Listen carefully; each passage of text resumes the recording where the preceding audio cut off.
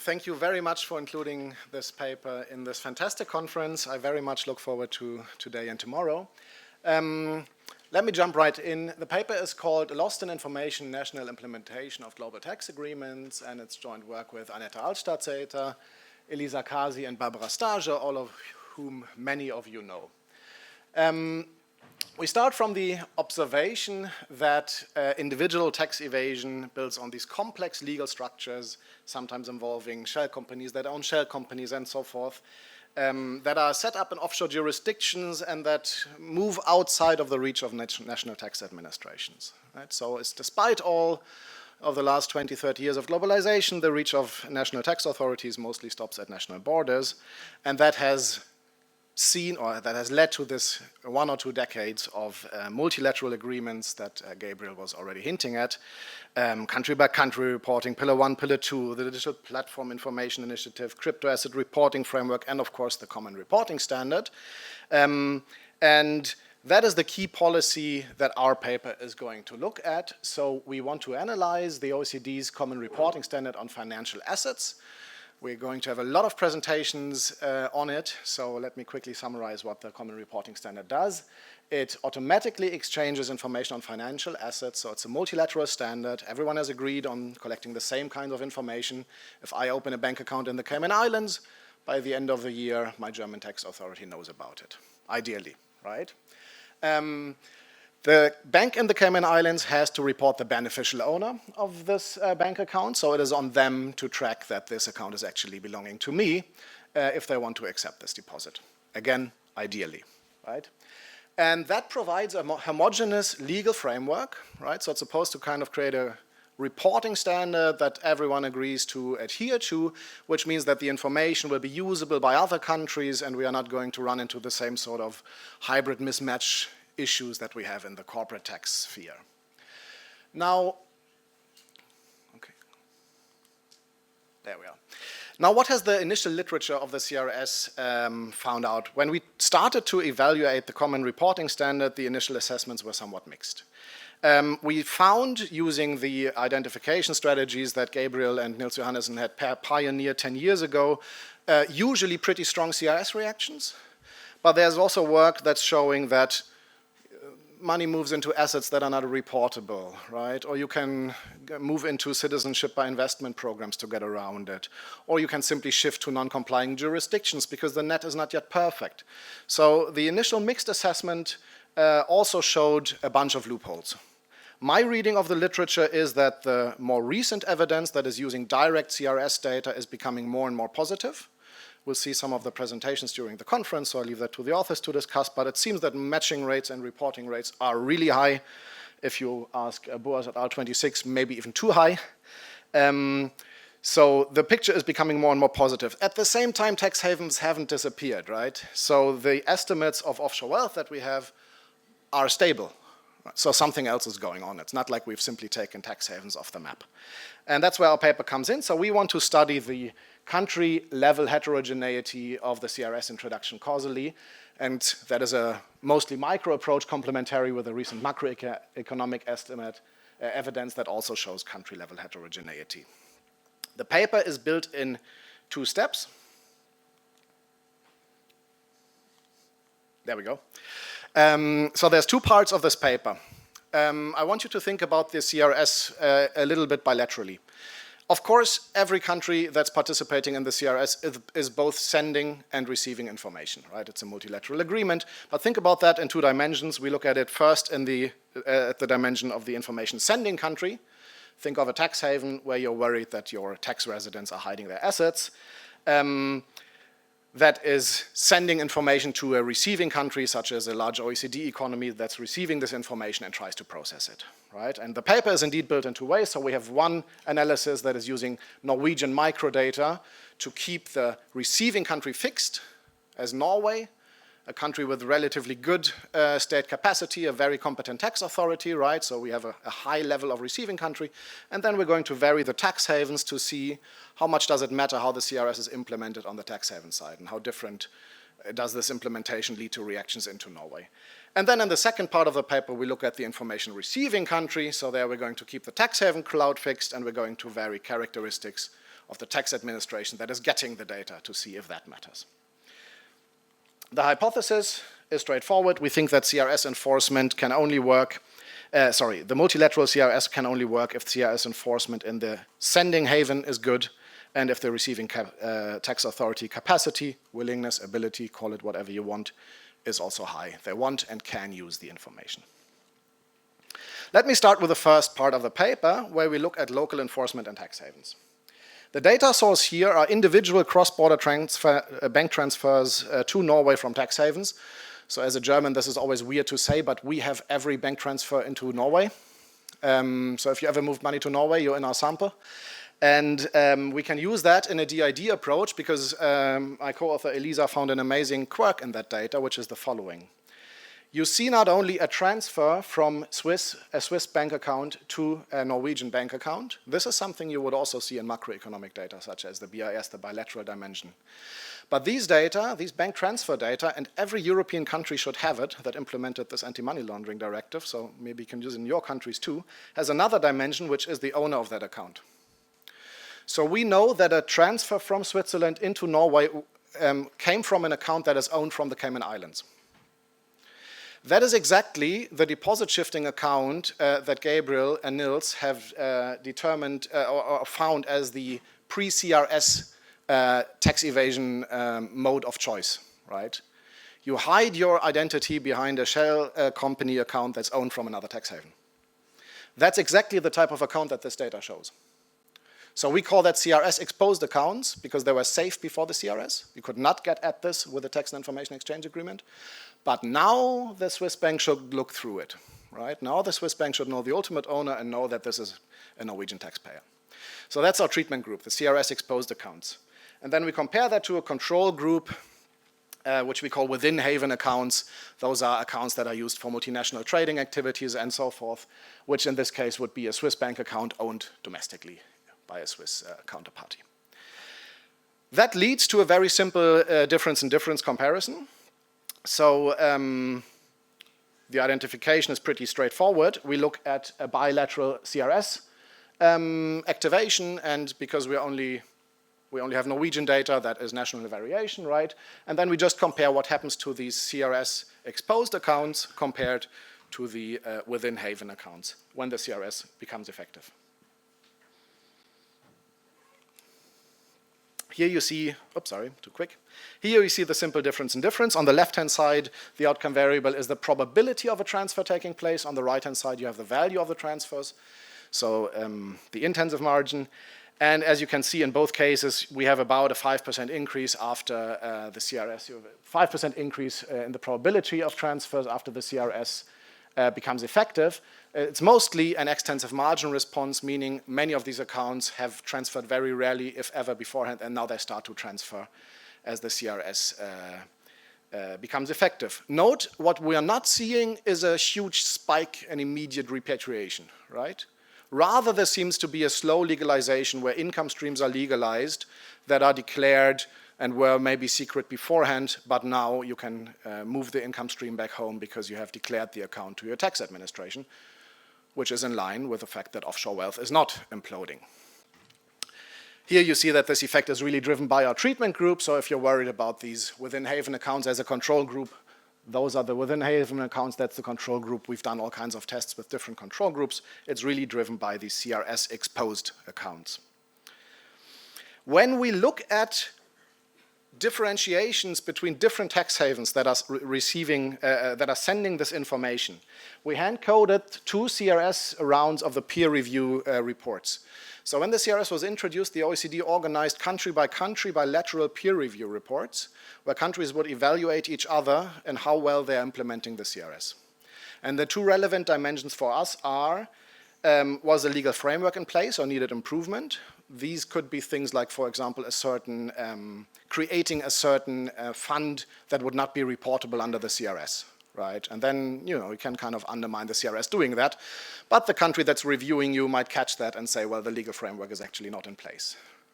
And the other dimension is communication and outreach activities, which asked, did you actually tell your financial institutions that this is coming, and did you give them a credible threat that you're going to enforce the CRS? And then we simply split countries across these two dimensions. So on the left-hand side, you see this communication split in the light gray. So those are the countries which were not reviewed positively on the communication dimension. And on the right-hand side, you see the same for the legal framework. Let me summarize that in a table. The important point here is our baseline result on the probability of transfers, and that is completely driven by countries that implemented robustly locally, right? So what that also tells you is that there is a part of our sample where either communication was weak or the legal enforcement provided loopholes, where there is a null effect of the CRS. Right? So it's not like the CRS works equally across the board. There are country pairs where you don't see any reaction to the largest international tax agreement we have ever seen. Whoever sends the information therefore matters, right? These tax havens will send reports, but clearly the tax evaders that use them don't think that there's a credible threat of detection if the local implementation is bad. Now let's assume that the information is good, that the information sent from tax havens is useful for tax administrations. And here we turn to the receiving country analysis, where we look at tax authority capacity. We have to switch the data set because unfortunately we don't have this nice Norwegian data for 5 different tax havens. So instead we're going to turn back to the BIS data. There we go. The bilateral cross-border deposit data from the Bank for International Settlements, where you will see, for example, all French deposits in Switzerland or all German deposits in the Cayman Islands or something like that, right? 212 information receiving countries, 29 deposit countries. So we're going to go back to the more conventional BIS identification of information exchange effects. It looks a bit more complicated than usual, but the only thing that we are adding here is we're moving away from the original tax haven sample that was used in the first studies on international information exchange, and we're including basically everything that the BIS gives you. So positions between France and Germany will pick up the global financial cycle, or between the US and the UK, right? We have these EU interactions because the EU has a bunch of savings tax directives that made information exchange possible outside of the CRS, so we don't want to capture that, right? Maybe the CRS increases reporting between countries just because banks now have a reason to clean up their books, right? That is in this guy here. And so we hope to cleanly identify really the CRS effect interacted with the tax haven deposit country. And that is why our event study also looks much nicer than our earlier event studies, because we can pick up all these other trends, right? So this should not come as a big surprise. When the CRS becomes active at a bilateral node between two countries, we see a drop in deposits in the tax haven that has activated the CRS with a different receiving country.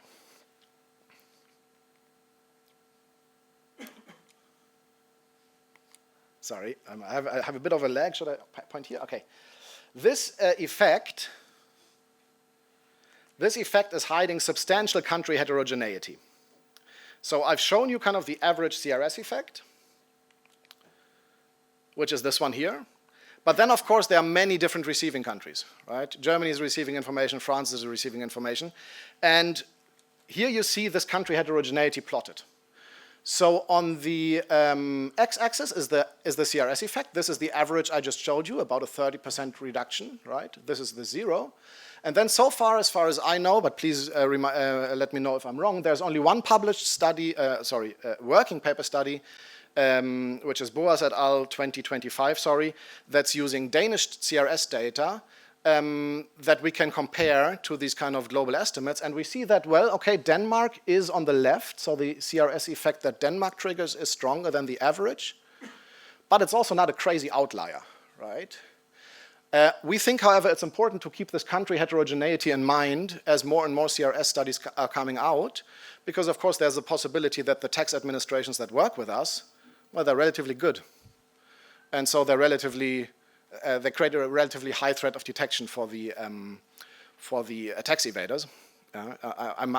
Me as a German, I'm less worried that my government uses the data than a Danish person should be.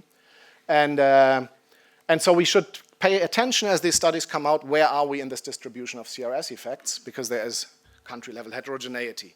And we want to tackle that a little bit more systematically in this paper, so we rely on the OECD Tax Administration reports, which since 2004 has published survey data on tax systems and their administration. in 58 jurisdictions. There are more than 100 variables here with all kinds of tax administration characteristics. If I have time, I'm going to go through it in a bit of detail. Do I have time? 5 minutes, okay, perfect. That'll include things like, who are you employing? What are the gender ratios? How experienced are your people? What kind of funding do you have? Are your returns pre-filed electronically? Are they not? So there's really everything you could imagine to describe how well equipped a tax administration is. And on the one hand, now we have these 100 variables that give us tax administration characteristics. On the other side, we have CRS effects at the country level. Right? And so we try to find out which are the relevant characteristics. Which tax administrations trigger a strong CRS effect, which tax administrations trigger a weak CRS effect. And we did that in here's some examples of the variables: revenue collection, efficiency, capacity, expenditure allocation, and so forth. We did that in a relatively involved model averaging algorithm that selects for us which the relevant characteristics really are. But no one ever really cared about this methodological bling-bling, so I'm also not going to spend much time on it. The result is that all else equal, digitalization of the receiver country tax authority measured in % of e-filings of the personal income tax is the best predictor for triggering a strong CRS response. And that is the split that we look at here. So here you see the same event study you just saw, all right, the macro CRS event study, but looking at high e-filing rates and low e-filing rates separately. And you can see that the high e-filing rates have a much stronger effect. It's about a little less than double, right? So the effect is not as different as it was for the sending country analysis. It's about half if you have weak e-filing in the receiving country. So even countries that don't have very digitized tax administrations do trigger a substantial CRS effect. It's just much stronger if your tax administration is very digitized. All right, so that's the paper. We use novel peer review and tax authority survey data to study country characteristics and how they affect the CRS implementation on both sides. Digitalization of the receiving country and enforcement effort of the sending country are very important. On the sending country side, there is a null result if enforcement is weak. On the receiving country side, it halves. So there are remaining enforcement gaps in the CRS. It also demonstrates that a global instrument with a rigid framework still strongly depends on local conditions, and going forward, we should have that in mind as we start to evaluate the hopefully many micro CRS papers that are going to come out. Thank you very much. So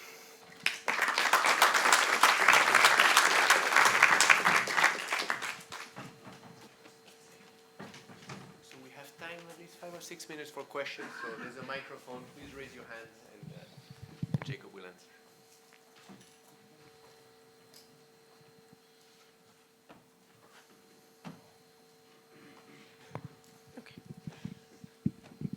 Thanks, Jacob. So the heterogeneity result is very interesting. I'm wondering how much do you think it matters on the ex-ante amount of evasion, right? So if you're already a very good tax administration doing other things, maybe you had little stock of wealth abroad. So I wonder if you could comment on that and what you think.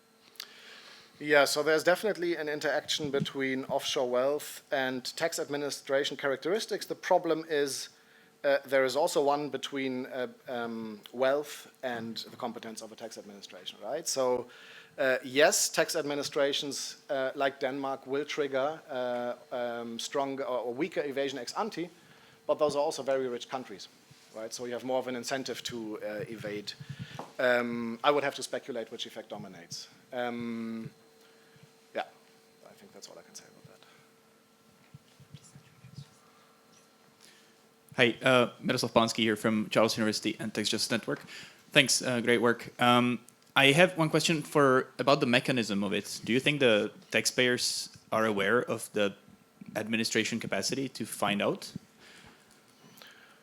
Not every taxpayer. Sorry, there is multiple other characteristics of the countries that could play a role, like corruption levels, and kind of the initial, how how large a share of the deposits are illicit. So that is something we were worried about because we're doing these simple country splits here, right? Are we picking up something else like high institutional quality or stuff like that? There are a few robustness tests in the table in the paper that make us think that's not really the issue. But the other point you're hinting at, I think, is very or would be very nice to know more about, which is who is actually reacting here, right? Our guess is it is the financial service providers, much less than the taxpayer themselves. And they are very well informed, right? So they might just all have the same customers that are reacting here.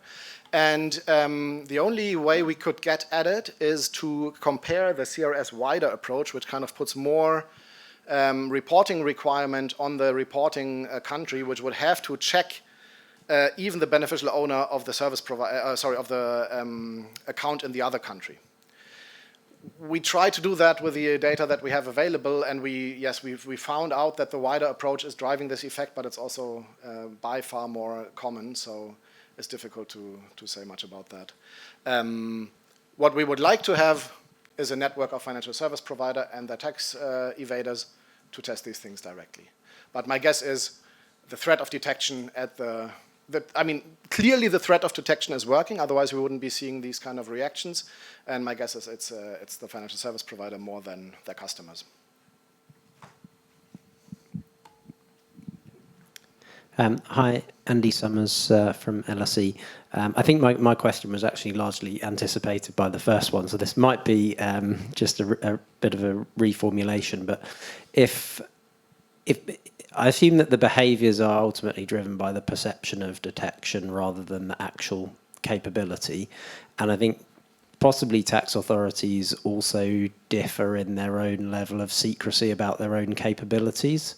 So I think it might be interesting to look at sort of, insofar as you can test this, accuracy of people's perceptions about different tax authorities' capabilities. If a tax authority is very good at carrying off the impression that they're really competent, but they're actually not, then you'd expect there still to be lower levels of misreporting than where people accurately perceive that the tax authority is not actually doing a very good job. Thanks. I think that's a great idea. Marketing skills were not part of our data set of tax administration characteristics. I'll have to think about that if there's a way to test that, but I would agree with you, that's probably the relevant measure, perceived threat of detection. Yeah, thank you. Thank you for this paper. Angela Sadel, a Global Forum, speaking in private capacity, of course. I thought that was a very interesting paper, and I have more of a comment, and maybe would be interested to hear your plans, because obviously the peer review process continues, right? And the capacity and also the enforcement is not stable. It's something that develops. And later this year, we expect updated results for the peer reviews that will show certain advancements, of course, and we have already provided some initial indications of the trends that are being seen in the country's practices, including great improvements on communication side, improvements on the verification, etc., etc. So my question is, it would be very interesting to look at what you see slightly later, yeah, and see if that actually shows, and what will be the implication for your analysis for those that do show significant improvements on the points that you are picking up, or maybe you will have even more detailed insights, and for those who maybe would not show such an improvement. Thank you. Thanks. First of all, thanks for the heads up. Can't wait to get that data. We haven't so far used the time dimension in the different OECD data sets, both on tax authority capacity and on the peer review. So we just use them as kind of did you or did you not. But I think there's interesting work to be done there to see how does this cat and mouse game continue to play out, and how do different countries continue to improve. I mean, in the past, we've seen incredibly quick reactions when certain tax havens were moving into regulatory loopholes. So you see them implode in the BIS data in a few quarters, and yeah, that might be continuously going on. However, as I said, our results show or are at least consistent with the legalization. right? So then you always have to ask the question, does it make sense to move abroad illegally again, or have you not legalized already? So yes, it's not exactly clear in which direction this would go going forward. But thanks for the update. Yeah. Okay, thank you very much.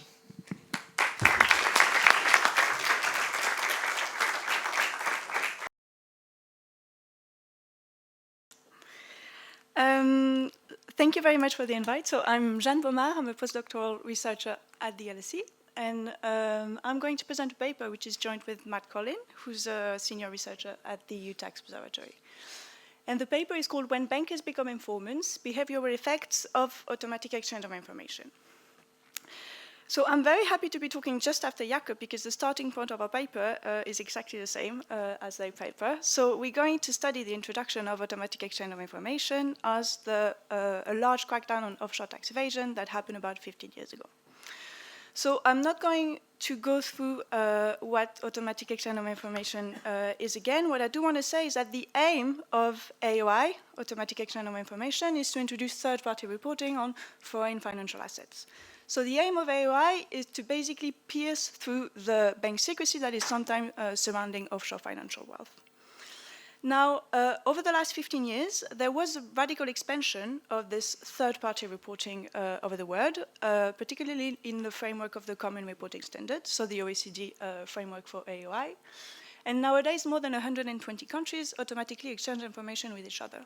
So for the year 2022, the OECD estimates that information covering accounts worth more than 12 trillion euro was exchanged.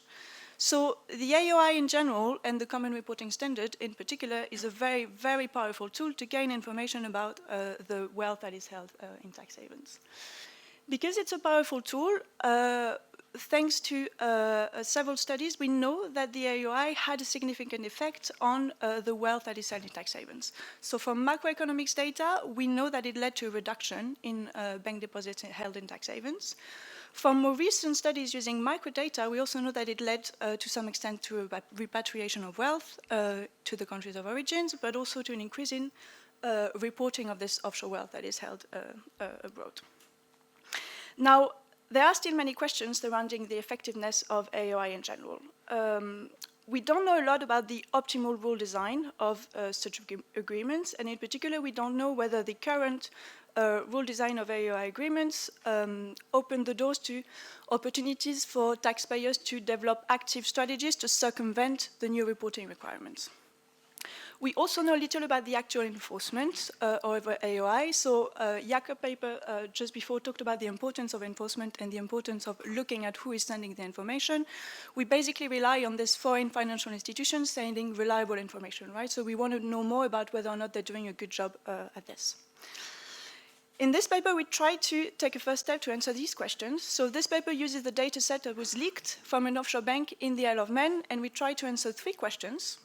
First, we want to identify the responses of offshore clients to the implementation of AOI.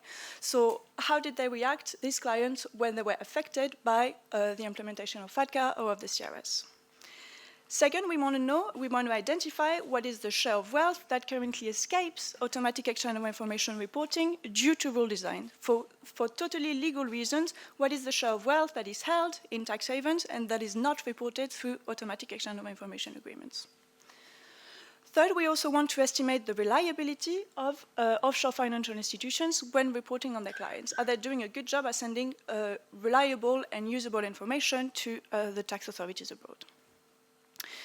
To give you a very quick preview of the results, first we do find that offshore clients took active steps to avoid being reported to tax authorities. So more particularly, we find evidence that clients affected by automatic exchange of information moved money out of their accounts and closed their accounts in advance of the reporting requirements kicking in.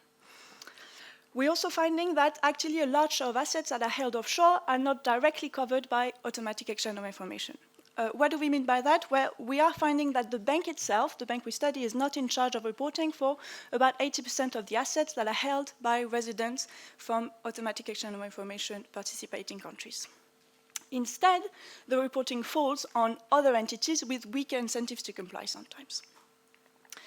out of the remaining wealth, so the bank that the wealth that the bank was in charge of reporting, we're finding that only about 50% was actually reported on by the bank. Sometimes because of the rule design of automatic exchange of information, sometimes for reasons we cannot identify, and we think maybe these clients should have been reported with the information we have access to. Finally, we are finding that the bank seems to be a reliable informant for individuals. So they're sending good information, and we think that they are reporting on most of their individual clients, so clients owning the account in their own name. We are finding that they seem to be less reliable for companies, again, according to the information we have in the leaked data. So, this paper contributes to several strands of the literature. I want to focus on the first one for today because it's the most relevant for this conference. So we contribute to the literature on the evaluation of AOI agreements fighting offshore tax evasion, right? What we add to this literature is that we actually have access to microdata from the sending institution. We see what is happening in the offshore bank directly. What it allows us to do is that it allows us to have direct evidence of the effect of AOI because we directly observe the behavior of clients who are affected by automatic exchange of information. And the other thing we can do with this data is that we can reliably estimate the scope of automatic exchange of information because we have information about both the wealth that was reported by the bank, but also the wealth that was not reported, even though it belongs to taxpayers coming from jurisdictions participating to AOI agreements. Okay, so a quick word about the data we use before going to the rest of the paper. So as I said, we use data that was leaked from an offshore bank. So more precisely, it's the bank from the Isle of Man. And the data was put online to distributed by a collective which is called Distributed Denial of Secrets. So it's a fairly small bank, which had roughly $200 million in deposits and $200 million in investment at its peak. The data consists of a panel of almost 40,000 accounts that are maintained by around 4,500 customers at the bank, and it covers the 2008-2019 period. So the main period we are interested in when we look at the introduction of automatic exchange of information agreements. We have information about the amounts that are held at the bank over time, both deposits and investments, and we have information about different types of clients, which include individuals, but also companies' interests. In this paper, we're going to focus on individuals and companies. One thing we do in the paper is that we assign beneficial ownership information to entities, which is only one line on this slide, but actually took months and months of us going through the bank documents and trying to figure out who actually owns the account and whether or not they're reportable. And importantly, we also have access to the automatic exchange of information reports that are likely the ones that were sent by the bank in charge of the reporting. So we know who the bank reported on, very likely, for different automatic exchange of information agreements. So just to give you a bit of an idea of who we're talking about here, this is a graph showing you the origin of the clients of the bank, so the number of clients, both individuals and beneficial owners of companies for different regions of the world. So you see that most of our clients are actually from the United Kingdom, which is not surprising because the bank is based in the Isle of Man, and we also have a lot of clients from the Isle of Man directly. Now, the third group of countries is a European and Central Asian country, excluding the UK. Okay, so now I'm going to go to the first part of the paper, which is to look at the behavioral responses of the clients to automatic exchange of information. Now, we are going to exploit three main AOI agreements. First, we're going to exploit the US AOI agreement, FATCA, that was signed in March 2010. Second, we're also going to exploit an AOI agreement that is a bit less known, but that is UK-specific, in which UK Crown dependencies actually had to send information about UK clients that had financial wealth in the Crown dependencies.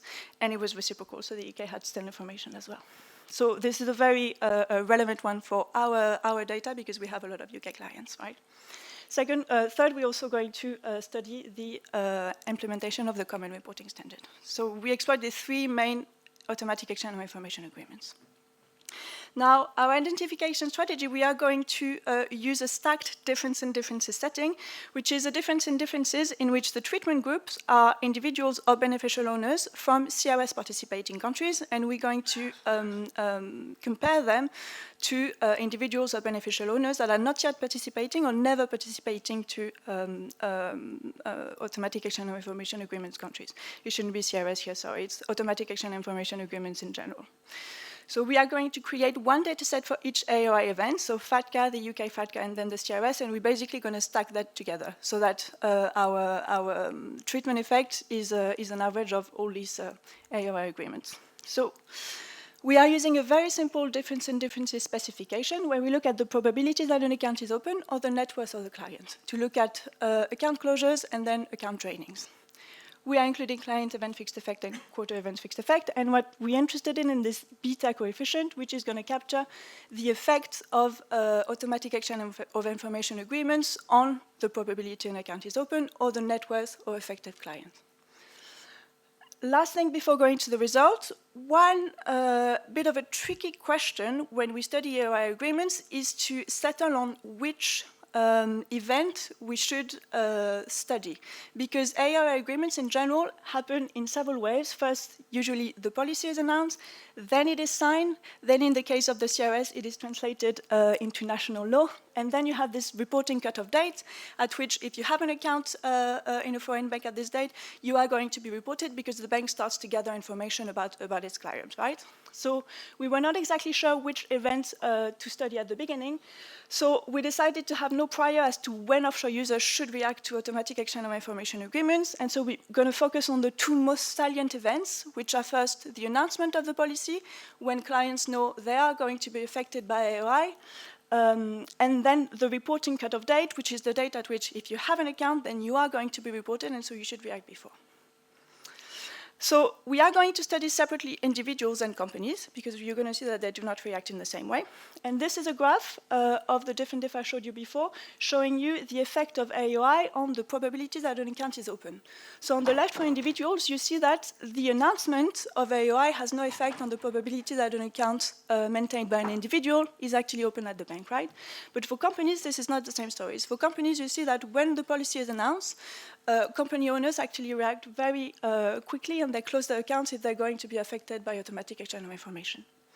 So this is for the probability an account is open. For the net worth, this is a bit of a similar story, where you don't have a very large effect for individuals. At the end of the period, you see that the net worth of individuals, affected individuals, start to decrease a bit.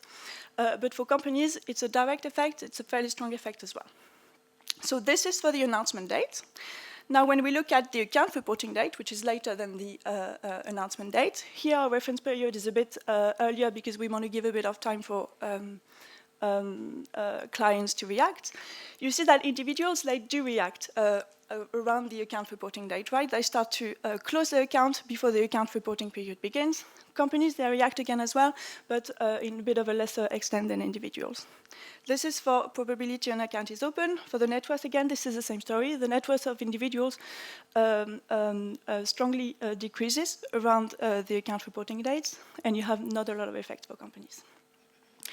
So what we take from these results is that we consider them as direct evidence that clients of the bank actually react to the announcement and the implementation of automatic exchange of information agreements, right? By moving money out of their accounts and then by closing their account as well. Now, we do see that company owners react as soon as the agreements are announced, while individuals only react just before the reporting cutoff dates. Two potential explanations for that. We think that company owners could need more time to restructure their short portfolio. You have the additional layer of a company that takes a bit of time. If you want to dissolve the company, maybe create another company somewhere else, it takes time. Another option that could be complementary is that they could be more sophisticated tax evaders who actually benefit from better tax advice. And I think this is similar to the hypothesis that Jakob was mentioning earlier, that corporate service providers are actually the ones that are reacting strongly to the implementation of automatic exchange of information agreements. Now to the second part of the paper. In the second part of the paper, we actually try to identify how much wealth is covered by the common reporting standard. So this time we focus on the common reporting standard because this is the main automatic exchange of information agreements there is out there. So again, we are going to study separately individuals and entities, so company owners. So first, for individuals, this is a graph showing you the amount held at the bank in millions over time. So from 2016 to 2018, which are the 3 years we have access to reporting for the CRS in the data. What we see that in blue, you have the amount of wealth that is held by non-CRS individual owners, and in red, it's CRS individual owners. So CRS individual owners own gradually more wealth that is held at the bank, but at the same time, the wealth that is held at the bank diminishes over time. What we see here is that actually almost all of the individual owners that are from CRS participating countries are actually reported on by the bank. So it's between 89% at the very beginning of the period to 98% at the end of the period. So almost all of the people we think should have been reported when they have an individual account are being reported by the bank. So we think this shows that the bank seems to be a reliable informant for individual accounts, right? Now, for entities, we actually need to go a bit deeper into the reporting rules of the CRS. So apologies for this. This is a simplification of the different types of entities you can have in the Common Reporting Standard. So when you are an entity, you can first be a passive entity. So to simplify a lot, these are mainly companies that earn interest and dividend income and rental income.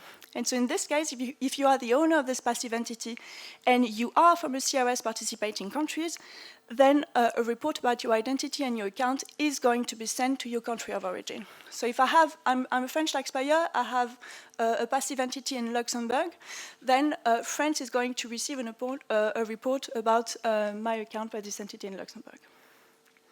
Second, I can also be the owner of an active entity. To, again, simplify a lot, active entities are companies that produce goods and services. In this case, if you're based in a CRS jurisdiction, a report is going to be sent, but only about the company's account. Your identity is not going to be revealed. If you have an entity that is based in the same jurisdiction as the bank or the financial institution, so in our case, the Isle of Man, then no report is going to be sent at all. This is the same if the entity is based in a non-CRS participating jurisdiction. Third, there is a last type of entities which are called investment entities. Investment entities are roughly entities that manage and invest income and assets on behalf of someone else. These entities are mostly in charge of their own reporting. So to be a bit more concrete of what we think about when we mention these investment entities, it can be large portfolio managers, but it can also be like smaller corporate service providers, such as wealth management firms or trust management companies that are closely held, in which ways we're a bit worried about the incentives they have to actually comply with the reporting requirements implemented by the Common Reporting Standard, right? A last thing I have to mention when talking about entities is that for existing clients, for existing company accounts, if you have less than $250,000 in your account at the end of the year, no report is going to be sent. This is only for existing clients. Now, keeping that in mind, we're first going to focus on the owners of passive entities and active entities. This is what we have when we look only at these owners, right? These are the totals held by active and passive companies at the bank over time. In blue by CRS beneficial owners, in red by, in blue by non-CRS beneficial owners, in red by CRS beneficial owners. What we're finding, again, is that mainly the amount that is held at the bank decreases over time. When we look at the reporting, we have a very different story than for individuals, right? In green, at the bottom, you have the amount that is reported by the bank for the CRS beneficial owners. And you see that this amount varies between 30% in 2017 and 52% in 2016. Now, this is not to say that the bank is just non-compliant for all the rest of this wealth, right? The bank is not reporting on some clients because they are existing clients that stay below the threshold defined by the CRS, between 6% of the cases and 17% of the cases. A lot of the cases, the bank is actually not reporting on this CRS beneficial owners because it is an active company that is based in the same jurisdiction as the bank or in a non-CRS reportable jurisdiction. And this is the case of between 15% and 48% of the cases. Now, the last bucket of this non-reported wealth is in red, wealth that we consider potentially reportable because we are finding information that leads us to believe that these companies are reportable, but that is actually not reported on by the bank. So this is a case for between 15% and 23%.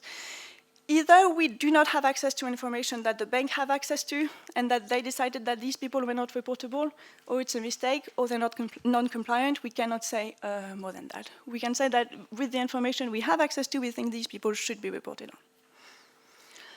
Now, just to remind yourself, this is information about the active and passive companies, right? Now I'm going to add the investment entities in the graph. In yellow, you have the amount that you had just before held by passive and active companies. In green, you have the amount that is held through investment entities. And you see that the amount held through investment entities in our bank is of one order of magnitude higher than the amount that is held through this passive and active entities, right? Unfortunately, we do not have direct information about the reporting that is done by these investment entities. What we can say, though, is that most of the wealth that is held through these investment entities is held by people who are in CRS reportable jurisdictions. Now, in our paper, we are not saying that all of these investment entities are non-compliant and that they're not sending any information, right? What we are saying is that these entities are subject to reporting that sometimes is closer to self-reporting than third-party reporting, and that does open the door to potentially putting a strategy in place to avoid the reporting requirements or being non-compliant. Now, to finish, to take a step back and just try to get a bit more information about should we worry about these investment entities or not, or is it maybe a specific feature of our bank, right? Looking at the Isle of Man in general, because our bank is in the Isle of Man, we know from OECD peer reviews data that in 2021, more than 9,000 financial institutions were sending information under the Common Reporting Standard from the Isle of Man. Among these 9,000 institutions, only 11 were banks. So we know that all the rest of the financial institutions sending information under the CRS in the Isle of Man are investment entities. So if investment entities open the door to self-reporting instead of third-party reporting, it's potentially something that is weakening the CRS a lot. Now, is it a problem that is specific to the Isle of Man in general? To the Isle of Man or to tax havens in general, we take, again, a step back and we look at the number of financial institutions per the GNP per capita. In red, you have the tax havens, and in blue, you have the non-tax havens. And you see basically that the number of financial institutions in tax haven is higher than what would be predicted by the GNP per capita. So what it shows you is that most of the investment entities are relatively incorporated in this tax haven, so that if investment entities are a bit of a blind spot of the Common Reporting Standard, we see that they are in the tax haven, so that probably we should worry about making sure they are actually compliant. So now, just to conclude, we tried to think a bit about our results and think a bit about what could, in our opinion, automatic exchange of information rules look at to try to plug the incentives that we identified in our paper. First, we think that it would be efficient to implement reporting of all types of assets and all types of structures under a similar structure than the Common Reporting Standard, which is already to some extent being done, right, with exchange of information on crypto assets and on real estate. We also think that it could be helpful to make banks responsible for reporting on all the accounts they host. Why? Because first, the information about the accounts they host should already be available for them under anti-money laundering regulation. So in theory, they should have fairly low compliance cost into sending this information about that they already have to the tax authorities, right? Second, it would also be easier for tax authorities to audit 11 banks rather than 9,000 financial institutions in the Isle of Man, and so it would probably make their task of checking on the compliance of foreign financial institutions way easier. I'm going to stop here. Thank you very much.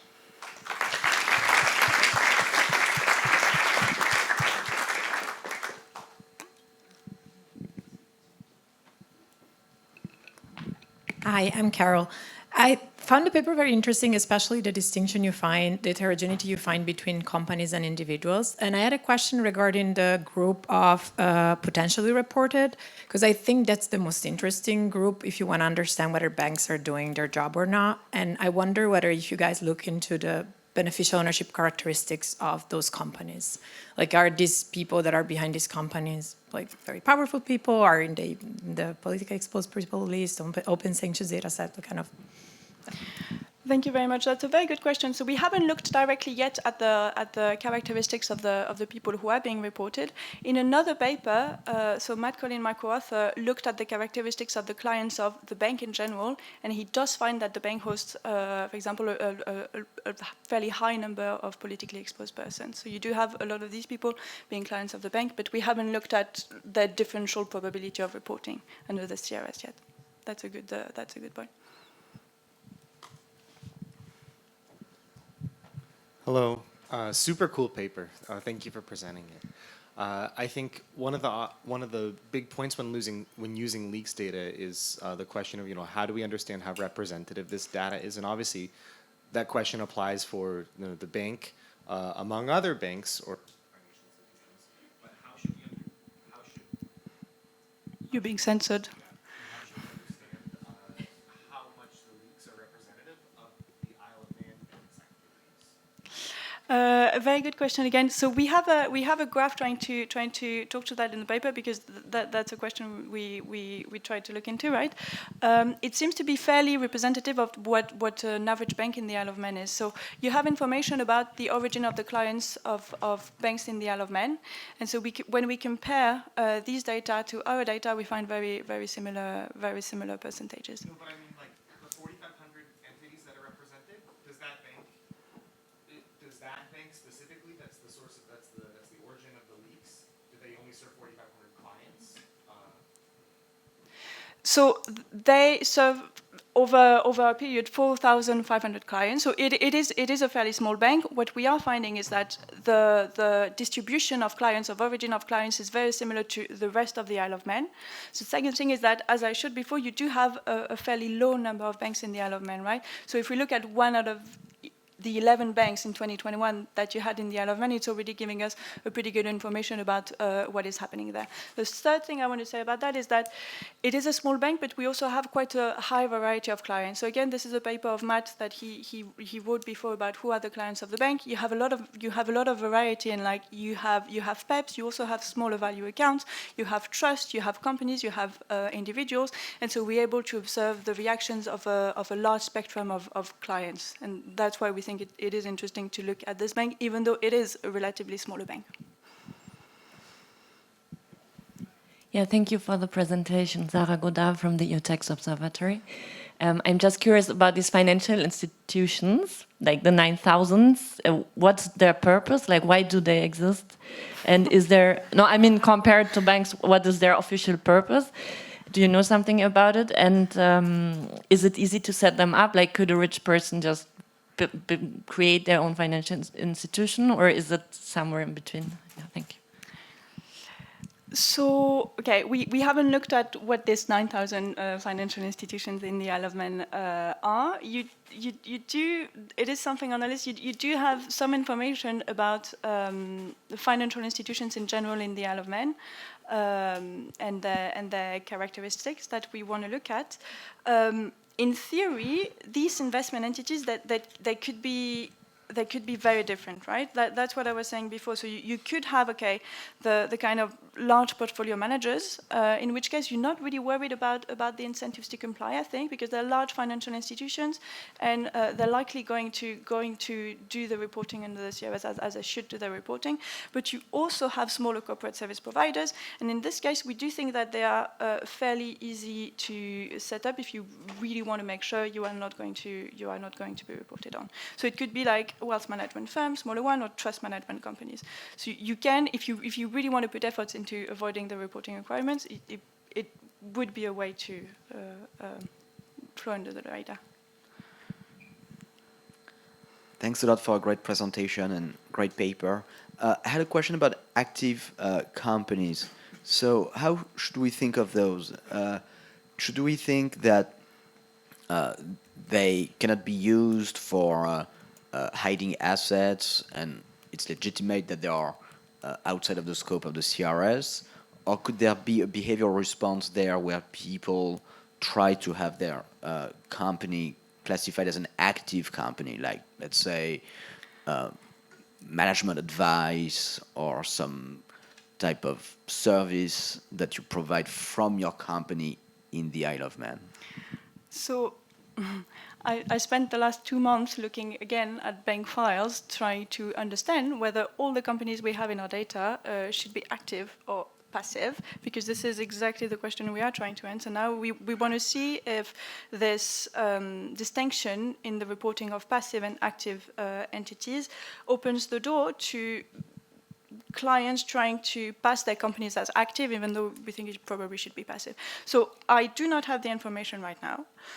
What I can say, though, from looking at the bank documents, is that we do see that sometimes the frontier between an active company and a passive company is not so clear-cut. And we do have a lot of cases where we are not always sure whether a company should be active or passive. And we think, again, this opens the door to potentially arguing that a company should be active, even though really it should be passive and reported on. So the short answer is, at the moment, I do not have more information about that. We are trying to look into the behavioral response of trying to pass as passive, and I think we are going to have some results on that very soon.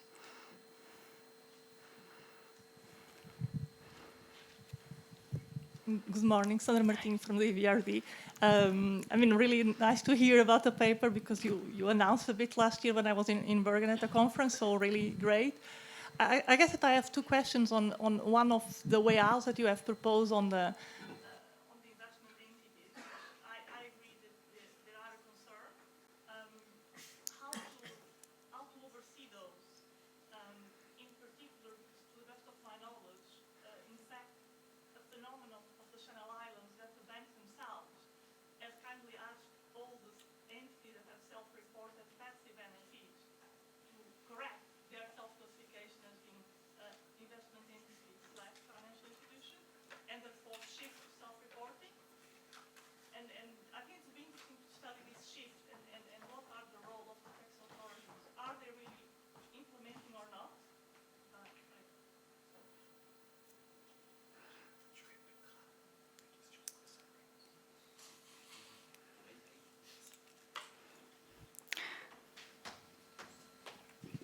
Hey, yo. Thank you. Sorry. So, but I guess, again, this was an super interesting paper, and I guess that my question was really to challenge a bit from I think you are right to say that the banks do have, I don't know if it's already, well, maybe it's my voice. It's too loud for the micro. Sorry for that. The banks themselves seem to be withdrawing sometimes from willing to report CRS and inviting passive entities to become financial institutions under the category of investment entities. And so I guess that my question is to be a bit like, how can we study those shifts and how can we oversee the implementation of CRS when we see this 9,000 versus 11, when we know that banks that are regulated are actually having massive fines on beneficial ownership? So why wouldn't the 9,000 have also major loopholes? Thank you. So how do we take care of these investment entities? Well, on the potential shift between being a passive NFE and being an investment entity, this is going to be the same answer than the question of Gabriel about active and passive, that we are trying to study whether or not passive entities are trying to look more as investment entities to manage to self-report instead of being reported on by the bank. And how do we take care of this? Well, we think that shifting the responsibility for reporting to the bank for all the accounts that are held at the bank already takes care of a large share of these investment entities, because most of them are going to have accounts that are held at a bank, and in this case at our bank in the Isle of Man. And so in this case, if the bank is the one in charge of reporting, then you do do not have all this potential for shifting between one structure or another, and we do not really care whether or not you're a passive NFE or an investment entity, right? If the bank is in charge of the reporting, then there is no question of whether or not you can kind of act as an investment entity. What we do say as well, and what we want to insist on, is that we think the compliance cost should be fairly low, because under anti-money laundering regulations, banks should already have most of the information they need to report on these clients, because they have accounts that are held at the bank, right? So for most of these cases, they should know who is behind these investment entities, and so the information to send under the common reporting standard should be fairly easy to gather. And so the compliance cost wouldn't really be that high for banks. All right, so I'm the last person standing between you and our delicious lunch, so I'll be very brief. So this is joint work with Annette, Niels, Segal, who many of you know very well. And basically, so what we want to do in this paper is try to better understand if there are new flows of tax evasion after the CRS. And so this is motivated by the fact that, of course, there's evidence that before the automatic exchange of bank information, there was significant tax evasion at the top of the distribution, significant wealth concealment. We did a lot of work with Niels and Annette to show that. We also know that the automatic exchange of bank information is a big improvement in financial transparency, and we have a number of studies that are showing that it has had significant effects on people who had offshore wealth at the outset or before the onset of the automatic exchange of bank information. Okay, so if you had a Swiss bank account in 2013 or in 2012 or in 2011, there's a body of work that shows, okay, there's a decent likelihood of these assets being repatriated to that person's residence country, or these assets being now declared to the home country tax authority.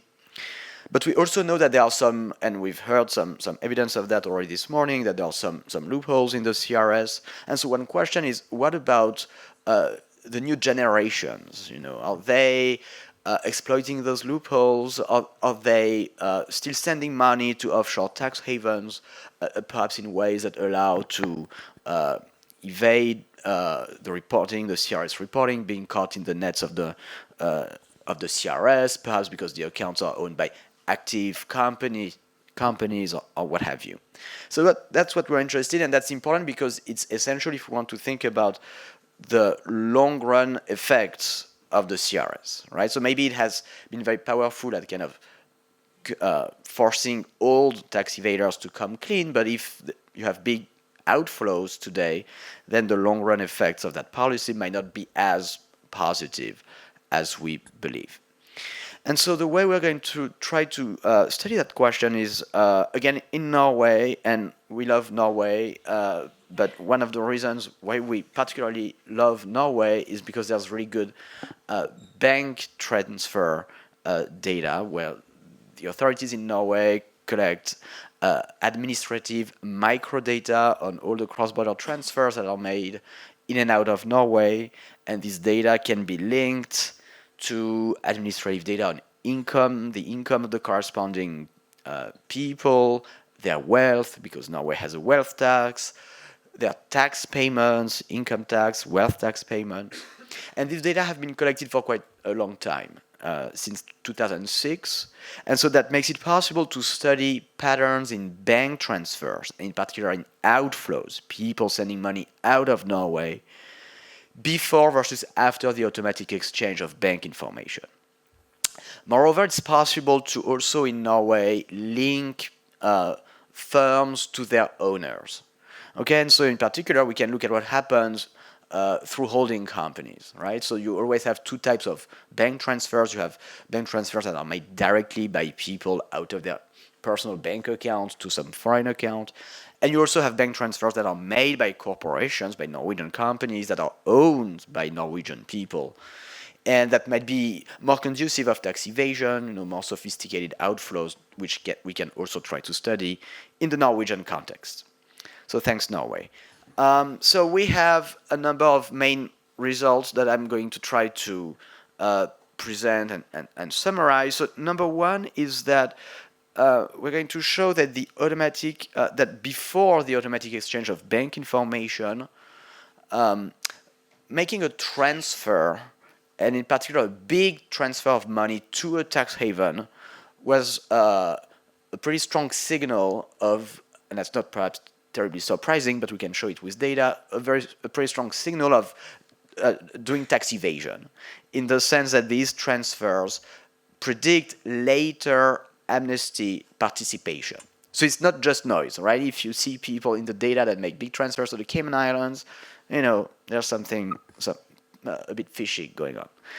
Number two is that the automatic exchange of bank information seems to deter the shifting of new wealth to offshore accounts. So when people become wealthier, they are less likely to move money to bank accounts in tax havens after the automatic exchange of bank information relative to before. Number three is we're going to show that these transfers of money to tax havens before the automatic exchange of bank information were associated with observable tax evasion, an observable decline in the taxes that people pay in Norway, and that this is no longer the case after the automatic exchange of bank information. And so altogether, this is suggestive of reduced evasion post-CRS, but one concern is, okay, what about those more sophisticated forms of evasion through holding companies in particular? And so the last result is going to be about the fact that we don't find evidence of substitution towards more sophisticated non-compliance. Okay, so this is what I'm going to try to explain, and so just to motivate all of that a little bit, if we start with just the macro picture, like how big are the flows of money, the bank transfers, the transfers made by individuals to bank accounts in tax havens over time in Norway. First of all, it's not a ton of money. It's not like you have 10% of GDP each year that goes to the Cayman Islands. It's more like 0.03, 0.02% of GDP. And those flows were higher in the era of financial opacity, 2006, 7, 8. And then there was, as you know, a first attempt at creating more transparency. It started in 2009 when the G20 urged tax havens to sign at least 12 treaties for on-demand information exchange with the threat of being otherwise put on some blacklist. And that signaled the beginning of a change with respect to financial transparency. And we do see indeed that the transfers, the outflows decline. Then there was, of course, the very important G20 commitment to make the automatic exchange of bank information the new global standard. That was in 2013. And transfers remained after that outflows to tax havens at a pretty stable level, but that's lower than in the era of financial opacity. So of course, this type of aggregate time series doesn't tell you anything about the causal effect of the CRS on anything, but kind of that's the starting point. That's the big picture. And so what we're going to do is going to do mostly individual level analysis, some transfer level analysis. So let me start with just a few descriptive statistics. So we're going always to compare the low transparency period before 2009 and the high transparency period after that. The total transfers out of Norway in the low transparency period is about 0.4% of GDP per year, 0.5% in the high transparency period. There were more transfers to tax havens. A larger proportion of transfers were made to tax havens in the low transparency period and lower fraction in the high transparency period, about 4%. And then, so what we're going to do is we're going to compare different groups of Norwegian households, look at the average person in Norway, that's the first column of panel B, and then we're going to look at the population of individuals who make international bank transfers. So obviously that's a very selected set of individuals. They are wealthier, they tend to pay more tax in the first place. And among those, we're going to look at people who make transfers to tax havens. So that's an even more selected set of individuals, even wealthier on average, higher income, and so on.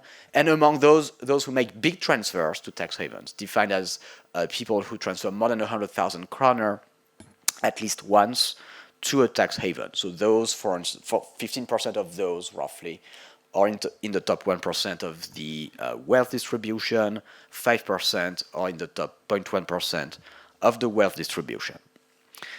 All right, so first result is very simple. Large money transfers to tax havens predict later amnesty participation. So Norway had a tax amnesty around the time of the financial crisis of 2008, 2009. It lasted a few years after that.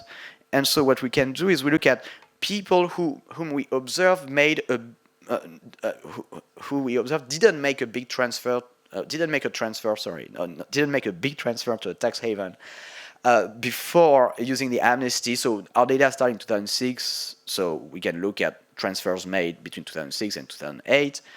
And so among that set of individuals, you see about close to 10% of those who are in the top 0.01% of the wealth distribution subsequently use the amnesty.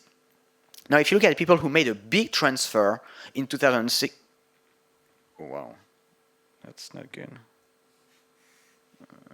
That's okay. If you look at people who made a big transfer to a tax haven before the amnesty, you see that they are much more likely to subsequently use the amnesty. So you have about 15% of those who transfer more than 100,000 kroner and who are in the top 0.01% of the wealth distribution, who end up using the amnesty. If you transfer at one point in time, more than 1 million kroner in 2006, 2007, you have a 17% chance to subsequently use the amnesty. Okay, so those, perhaps not super surprising, but still, it's good to see that these transfers, and in particular these big transfers to tax havens, they seem to be really conducive of tax evasion, and the proof is in the pudding. The people themselves, they admit a few years after, oh yes, yes, sure, I was hiding money in tax havens. So that's number one. So number two is that the automatic exchange of bank information seems to deter the shifting of new wealth to offshore accounts. And so the way that we study that is we run a very simple fixed effect panel regression where the outcome is doing a large money transfer to a tax haven, and the source of variation that we use is within individual changes in wealth. So you become rich, right? You inherit money, you realize a lot of capital gains, you earn a lot of money, your wage increases a lot and you save money, so you get richer. And the question is, when you get richer, how does that affect your probability to make a big transfer to a tax haven? Controlling for any fixed individual characteristic, like preferences, like where you live, social networks, and so on and so on. And so we estimate this fixed this model for the two periods, the low transparency period, pre-CRS 2006-2012, and the high transparency period, post-CRS 2013-2019. And so I think that's really quite striking. Basically, look first at the low transparency line. The low transparency line says that if you move from having a level of wealth at the median wealth, to having a level of wealth that puts you in the top 0.01% of the wealth distribution, so you become very rich, that's associated with a much bigger probability to send money offshore, more precisely to make a big transfer to a tax haven. But that's not the case anymore in the high transparency period. So in the high transparency period, people who move from the median to the very top of the wealth distribution, for them there's no correlation with the probability to make a big transfer to a tax haven. The line becomes flat. Now, when you become wealthier, presumably your wealth becomes also more internationalized, or you're more likely to travel abroad. And so the probability to make a transfer to a non-haven country increases when you get wealthier okay, you are going to be more likely to send money to friends, to travel, to go spend holidays abroad, or make transfer abroad for those reasons. But the gradient is very much the same in the high transparency and in the low transparency period. So what really has changed before versus after the CRS is the probability to make a transfer, a big transfer to a tax haven. The CRS, the automatic exchange of bank information, seems to deter wealthy individuals from doing such transfers. Third finding is that the transfers, the big transfers to havens post-CRS are no longer associated with observable tax evasion. So here, the way we study that is we compare a group of individuals, of taxpayers who make large transfers to tax havens, and a control group of randomly selected taxpayers who make at least one international transfer, to make them comparable to people who transfer money to tax havens over the 2006-2019 period, and a bit like, just like what Jean and Matt did, we do this stack regression design that we all love, like in the famous, Sengiz et al. QJE paper, where we have even specific data sets for each event and clean control group in each case. And we have a bunch of sample restrictions, to focus on the types of transfers that we think are really likely to be conducive of offshore wealth concealment. So we remove migrants, we remove students who might transfer money because they spend a few months or years studying abroad. We remove retirees who might, move to Spain or places like that, and people who have a non-Norwegian employer. Okay, so really focusing on active working-age people who, if they make a big transfer to a tax haven, we think that might be some tax evasion going on. Okay, so what we find is that in the low transparency period, making those big transfers to tax havens is associated with a visible decline in reported financial wealth. It falls by about 20%, relative to our control group of people who make international transfers, but not big transfers to tax havens. So in the low transparency period, if you send money to the Cayman Islands, at the end of the year, you're going to report less wealth on your tax return in Norway, and there's a big effect of 20%. So we think there is tax evasion going on there. In principle, of course, the wealth tax is on your worldwide assets, and so moving money abroad should have no effect on reported wealth. And the fact that it declined so much is very concerning, is an indication that there was tax evasion. And that's not the case anymore in the high transparency period. In the high transparency period, people may be transfers to the Cayman Islands or to Switzerland, and that's not associated with a decline in how much financial wealth they report in their wealth tax return.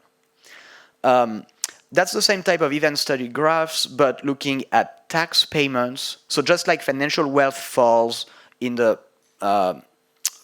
pre-financial transparency period, in the low transparency period, so too do tax payments fall. So they don't fall by 20% because people earn labor income, but they fall by some amount that's significant, about 7%, and consistent with the decline if you do the math in financial wealth.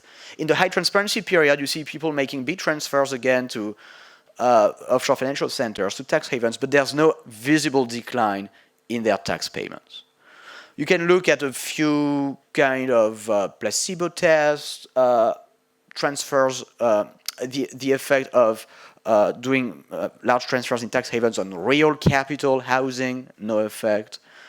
The effect on wages, no effect, whether it's before or after the CRS. So that's reassuring. So last finding is, what about substitution towards more sophisticated forms of non-compliance? So where are we at that stage? So after the automatic exchange of bank information, individuals are less likely to transfer funds to tax havens for evasion purposes. So a legitimate question is, okay, what about the likelihood to now transfer funds through holding companies, perhaps as a way to exploit certain loopholes of the CRS, or to be less visible to the tax authority. And so, as I said, we can study that in Norway because we can link firms to their owners. And so we're going to use the same design as in the second result, the second type of result that I showed. So basically exploiting within individual changes in wealth and looking at how this correlates with the probability to make a big transfer to a tax haven through a holding company. And that's the result. So in the low transparency period, wealthier individuals were much more likely to, when they become rich, they have a big shock to their wealth, to move money to tax haven through a holding company that they own. And there's still some gradient in the post-CRS period. So it's not zero, it's not completely flat, like the direct transfers, that I showed earlier. But we think that, first of all, the gradient is much less steep. And second, we think that the remaining gradient essentially can be explained by the fact that rich people in Norway are much more likely to have a holding company in the first place in the transparency in the recent period. And that's just a general trend in Norway where people, in particular after the dividend tax reform of 2006, have been much more likely, rich people, to create holding companies, to earn income, accumulate within their holding company and avoid the dividend tax like that. So that, in fact, this residual gradient in the blue line here, post-transparency, can be explained by just this higher likelihood of owning a holding company. So to conclude, I think what's nice with this paper is we can have some direct evidence that's pretty rare, right? Direct evidence of people doing bad things, sending a lot of money to tax havens with an immediate decline in their reported wealth and their tax payments before the CRS. But things seem really to have changed today. We don't see such bad things in the data. You still have cross-border flows of money, including to tax havens, but they seem to be done for other reasons than outright fraud.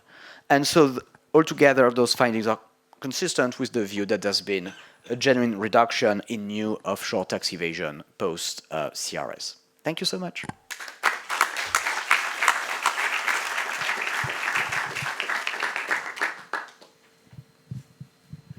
Thank you for the great. Thank you for the great presentation. For the results pertaining to the stratified event studies, going high transparency, low transparency around these big transfers to havens, I think it would also be really compelling to see those types of event studies, but for large transfers to non-havens. That would be like I think that'd be like another way to rule out like changes in sophistication or changes in strategy, because you could also imagine that there might be individuals that are now substituting to strategies involving other non-havens. Yeah, that makes a lot of sense. Did we do that? Perhaps. I don't remember. It's possible. And if we didn't, we should absolutely do it. Yeah. So thanks a lot. I had the same question. So.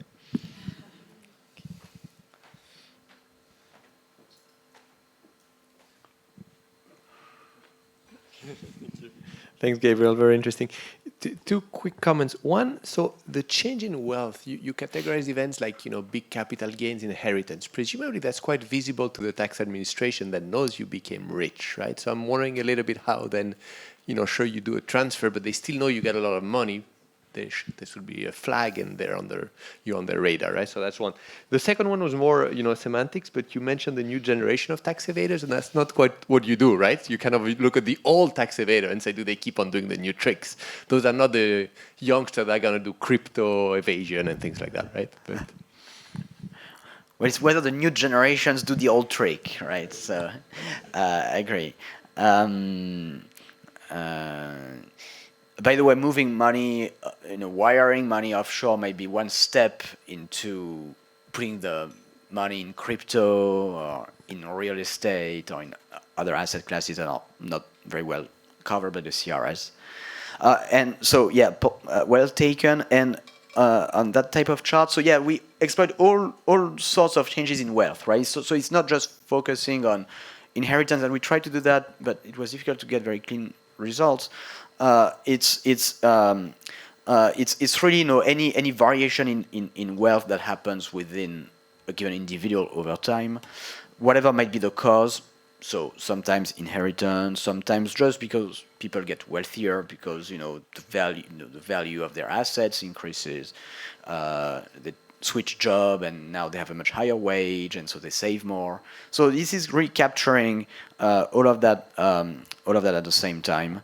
It would be nice to be able to have. So what I want to say is that in principle that type of wealth change doesn't trigger a flag, in the tax administration, just because everybody's wealth changes, all the time for all sorts of reasons.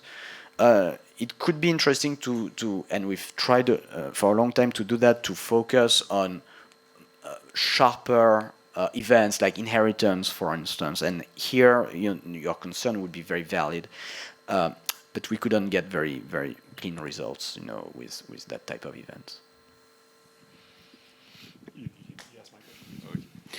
So one effect that seems to appear is like the increase in the holding taxation, but and decrease in the offshore wealth of those people. And so I was wondering if you've computed a bit their ETR, whether like for those two categories it has evolved, and if you had like a substitution of tax evasion offshore with some other techniques to just reduce your tax bill nationally. That's a very good question. Actually, we do this type of computation in another paper with my colleagues David Syme, Marius Ring in Norway, Sweden, where we look at events like creating a holding company and how does that change our effective tax rate.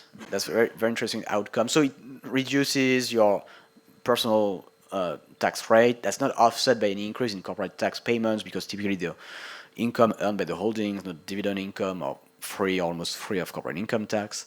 And so you have a big decline in the total effective tax rate that people pay after they create a holding company.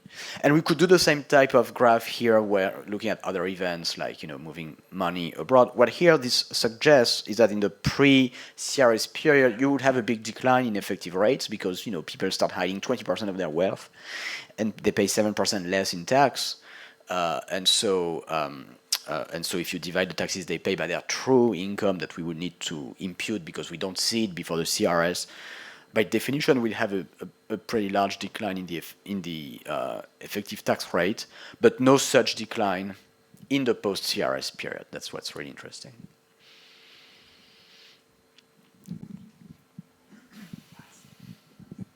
Last question. Yeah, I was wondering if you know something about people who are kind of leaving the country. So like tax evasion gets pretty difficult now. Maybe previously I was hiding my money offshore and now it's difficult. So I just leave the country, kind of what those effects are and whether kind of increased compliance is has two factors. One, reporting gets better, but two, kind of it's a selection effect of the people who think that taxes are too high, have just left the country.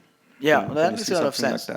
That's a great question. So indeed, you might think, okay, back in the days when it was so easy to evade taxes, why bother moving to Switzerland? It's much better to be in Oslo, and so let's just live in Oslo, have fun, and hide assets. Now, if it's much harder to conceal wealth, to do tax evasion, you might be more likely to consider the possibility of actually moving yourself. Your residency to a tax haven. We've not looked into that. The reality is that except in very particular circumstances, like when Norway strengthened its